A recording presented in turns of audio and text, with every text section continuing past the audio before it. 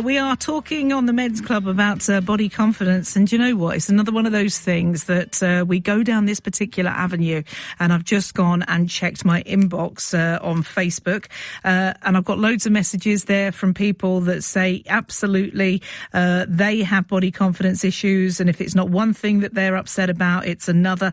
Well, let's talk to some more, because I'm joined by Dave Chawner, who is a stand-up comedian that set up Comedy for Coping in 2021.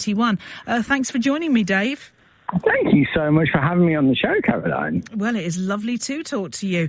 Now, I'm finding that men are not talking about this tonight, Dave. They are messaging through. I've got plenty of messages every time I check another one, but they're not opening up to talk about it. Why can't men talk? Well, I think there's a societal thing of, we always say about mental health, just talk, which is great, but actually we don't give the emotional intelligence tools in order to do that. So generally, from a young age, women are equipped with a more broadened social, emotional language. For example, if a kid falls over and hurts themselves, they'll run to mummy in order to say, "Oh, this hurt." Whereas if a kid's getting bullied in the playground, then they'll run to daddy to be like, "Mom, my dad's bigger than yours." So blokes are set up as seen as fixers, whereas women are seen as empaths. And actually, I think one of the things, we're talking a lot about gender at the moment, I think it's great to break down those dynamics and realise that, blokes can be strong, women can be strong, but everyone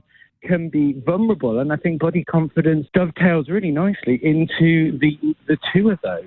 Yeah, and I think that, like with women, we were talking about this earlier on, if it's not one thing that you don't have confidence in, you might solve that particular problem, but something else comes along, there's something else. So it just always rolls on. You may be unhappy about your weight, you can go to the gym, or you can, sort a bit of that out, and then something else is too big or something's too small. It's the gift that keeps on giving, isn't it? It's chasing the rainbow. That is ultimately what it is. And I'm not going to say any of the schmaltzy stuff, because I talk about body confidence and I have problems with that term, because I think normally people expect some sort of sickly, sweet, bubbly, you've got to love your body always. And I just think if you tell people to love their body always, that is just yet another unrealistic body expectation. Of course, we all have up and down days with mood. Why would we not accept that we have up and down days with our body? But the point on that is, and it was interesting to hear you say about what your lovely listeners were saying, like compare and despair.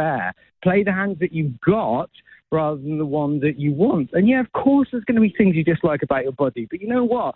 There's probably going to be things that people are quite jealous about of your body that they wish that they had. So try and not live through somebody else's life. Try and enhance the stuff that you like about your body, and perhaps work on the stuff that you don't so much. Yeah, that is a good idea. And you make a good point as well that, you can wake up on Tuesday and everything's all right. You can look and you think, okay, I can work with this. But by Thursday, you look in the same mirror at the same body. Nothing really has changed, but everything has changed because you can't work with it. And you're very vexed. So how does that come about? I love that you talk about your body like a DIY project. I can work with this. Slap a little bit of plaster on it. It's fine. I think it's great that we're starting to talk about these things that generally can make people feel a little bit vulnerable, a little bit uncomfortable. And I think just acknowledging that you're going to have up and down days, because you know what? The cure to depression isn't always being happy. That is the yin and the yang. We always need balance in our lives. So maybe put stuff in place for those days when you might not feel so body confident. Have clothes that you feel comfortable wearing, that you think that you look good in. And even if it really is becoming a problem, then maybe perhaps see someone and see that it might be something a little bit deeper, because I absolutely tell you, as someone who has struggled with their body forever, I always used to think, you know what, if I lose weight, I will be happy when I get to X weight. And it doesn't work like that. You are never going to be happy if you're always chasing that when moment. Do you know what? That is so true. I always wanted to be stick thin, all right? And I know I shouldn't be saying that, but I did want to be stick thin. And I got to the point where I was stick thin.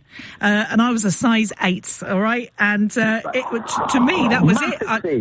I thought that, okay, I'm a size 8. But I was also manically depressed and on antidepressants. So that is what got me to being a size 8, being at the depths of my despair and at my complete wit's end. So it made me realise, do you know what? I'm not a size 8 anymore, but I'm happy. I couldn't agree more. I mean, this is the thing. If you do genuinely want to lose weight, then depression is absolutely brilliant for it, because your appetite will drop through the floor. So will the opportunities or the want to socialise and go out and have food and stuff.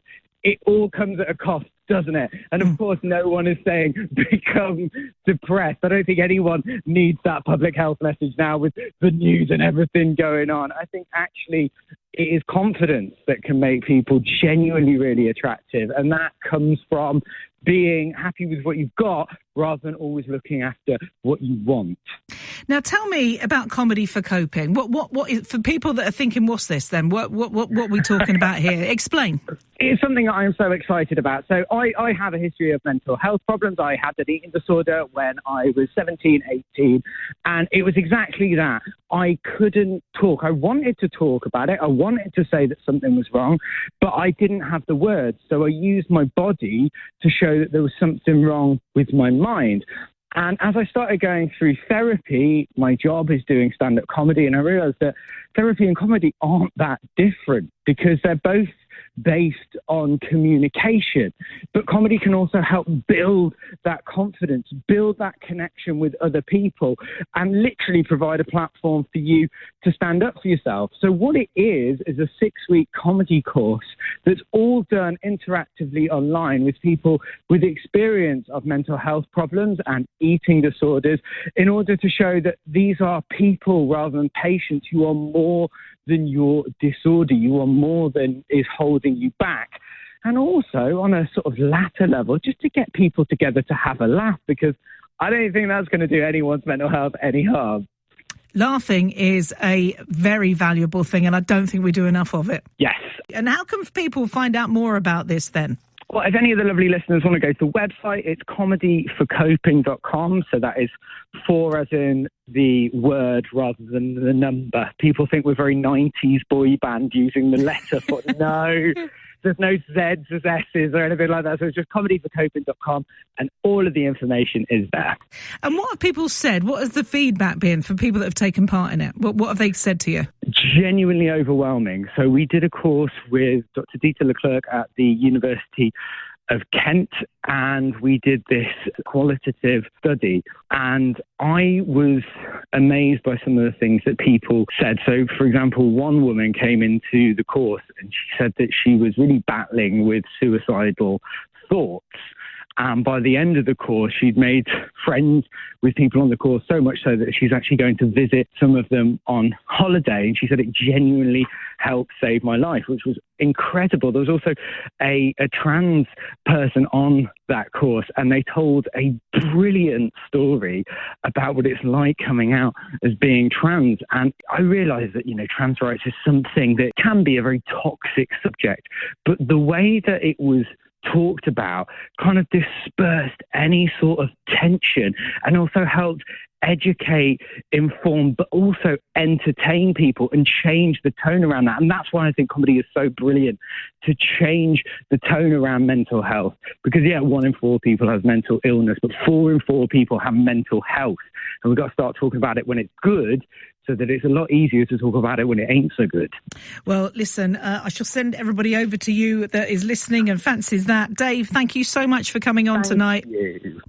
Lovely talking to you. Thank you. That is Dave Chawner there, who's a stand-up comedian. Comedy for Coping in 2021. That is what you want to be looking up tonight. And if any of that resonates with you, give me a call. Call The Late Show now. 08081 009956. BBC WM.